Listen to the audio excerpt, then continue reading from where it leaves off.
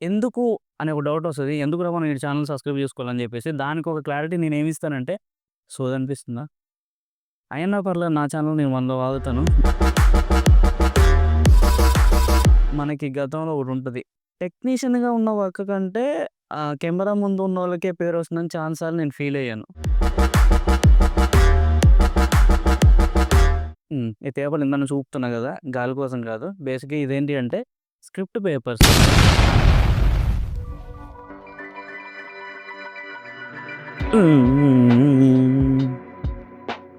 High! యాక్చువల్‌గా 'నివృత్తి films' కాదు.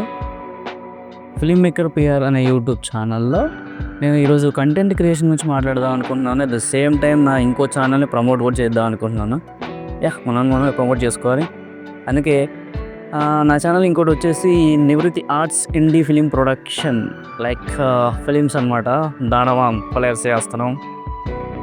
దాని నుంచి చెప్పుకోవాలంటే వచ్చేసి ఏంటంటే నాకు ఫిల్మ్స్ చేయాలని ఇంట్రెస్ట్‌తో నేను స్టార్ట్ చేసిన దాంట్లో ఇది నా ఫిల్మ్ మేకింగ్ జర్నీ సంబంధించింది కాబట్టి ఫిల్మ్ మేకర్ పిఆర్ అనే యూట్యూబ్ ఛానల్. సో నేను దాన్ని చేసే ఫిలింకి సంబంధించిన ప్రతి పనిని దీంట్లో నేను వీడియోలాగా పెడతాను. At the same time first చెప్పాను కదా కంటెంట్ క్రియేషన్ 2026లో చాలామంది డిసిషన్ తీసుకున్న విషయం ఏదైనా ఉంది అంటే అది కంటెంట్ క్రియేషన్. అదే న్యూ ఇయర్ రెవల్యూషన్ అంటారు కదా! అలాంటి జిమ్‌కి వెళ్ళాలి, రన్నింగ్ చేయాలి, హెల్త్‌ని బాగా సెట్ చేసేయాలి అలాంటి దాంట్లో డిసిషనే ఇది కూడా ఈ ఇయర్ అది 2026లో. సో దాంట్లో నేను చాలా రీసెర్చెస్ చేసి అయితే స్టార్ట్ చేశాను. సో ఆ రీసెర్చెస్ ఏం చేశాను, ఎలా ట్రావెల్ అవుతున్నాను అనే విషయాన్ని ఈ ఫిల్మ్ మేకర్ పిఆర్ అనే ఛానల్‌లో నేను కంటిన్యూగా 1 బై 1గా పెడదాం అనుకున్నాను. ఎవరైనా కొత్తగా ఛానల్‌లో కనుక వచ్చుంటే గనక మీరు ఛానల్ సబ్స్క్రైబ్ చేసుకోండి.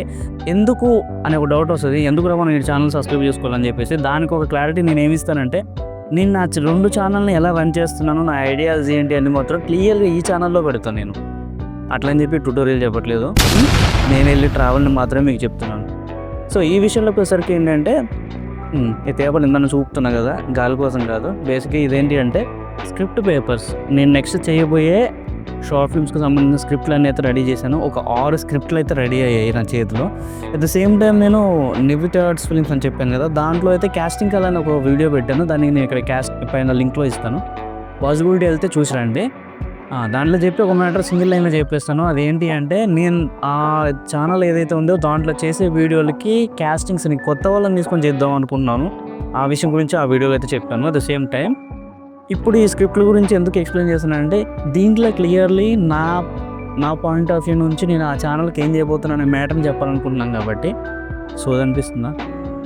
అయినా పర్లేదు నా ఛానల్ నేను 100 వాగుతాను. దీంట్లో నీకు ఇంపార్టెంట్ అనిపిస్తేనే ఉండు, లేదంటే వెళ్ళిపోవచ్చు. ఇది ఓపెన్‌గా చెప్తున్నాను. ఎందుకంటే ట్రస్ట్, నమ్మకం లేదంటే ఏదన్నా ఉపయోగం లేనిది ఎవరు దేన్ని ఫాలో అవ్వట్లేదు కాబట్టి ఇది నేను చెప్పి మరీ చేస్తున్నాను. నా ఛానల్‌లో film making tips, tricks tutorial కాదు.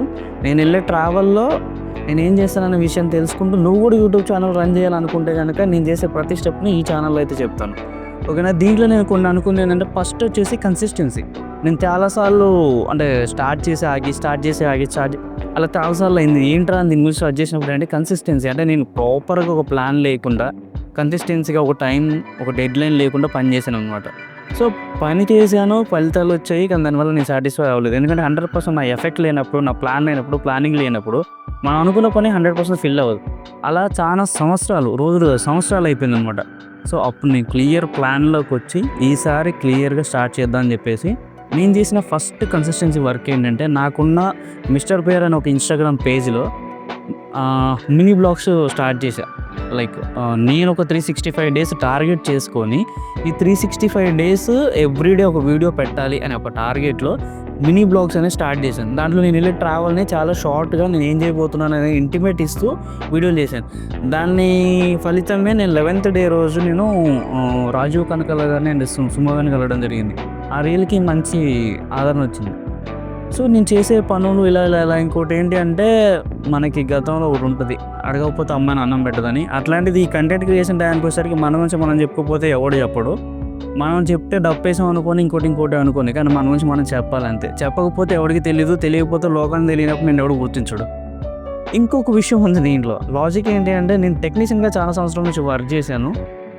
టెక్నీషియన్‌గా ఉన్న వర్క్ కంటే కెమెరా ముందు ఉన్న వాళ్ళకే పేరు వస్తుందని చాలా సార్లు నేను ఫీల్ అయ్యాను. ఇది నిజమో కాదో టెక్నీషియన్‌గా మీరు చెప్పండి. ఈ విషయం పక్కన పెట్టేస్తే సో నేను కూడా యాక్టింగ్ చేస్తాను, యాక్టర్ అవ్వాలనుకున్నాను. నా ఛానల్లో మాత్రమే నేను చేస్తానని అనేది ఏం లేదు. నా క్యారెక్టర్ కనుక నచ్చితే మీరు ఎవరైనా కానీ షార్ట్ ఫిల్మ్ చేస్తే కనుక నన్ను పిలవచ్చు. అంటే అన్ని ప్రమోషన్లోనే అనిపించవచ్చు, కానీ దీనిలో చాలా కంటెంట్ ఇచ్చేది ఉంది. సరే, మనం ఫస్ట్ పాయింట్కి వద్దాం. కన్సిస్టెన్సీ విషయానికి వచ్చేసరికి కన్సిస్టెన్సీగా ఉండాలంటే దానికంటే ముందు ప్లానింగ్ ఉండాలి. At the same time 2 things ఉన్నాయి. కంటెంట్ క్రియేషన్స్లో వచ్చేసరికి 2 ప్లాట్ఫామ్స్ మనకైతే ఉన్నాయి. ఒకటి ఇన్స్టాగ్రాము, ఒకటి వచ్చి యూట్యూబ్. సో ఇన్స్టాగ్రామ్ అనే ఛానల్లో ఏంటిది అంటే మనం గ్రోత్ మాత్రమే చూడగలుగుతున్నాం. యూట్యూబ్ అనేది అంటే రెవెన్యూ సంపాదించుకోగలం. వీటి గురించి క్లారిటీ నేను ఎక్స్ప్లెయిన్ చేస్తాను నెక్స్ట్ వీడియోలో. ఇప్పుడు వరకు అయితే ఈ వీడియోని ఇక్కడ క్లోజ్ చేస్తున్నాను. నెక్స్ట్ కంటెంట్ వీడియోస్లో వచ్చేసి యూట్యూబ్ గురించి, ఇన్స్టాగ్రామ్ గురించి క్లారిటీగా ఎక్స్ప్లెయిన్ చేస్తాను.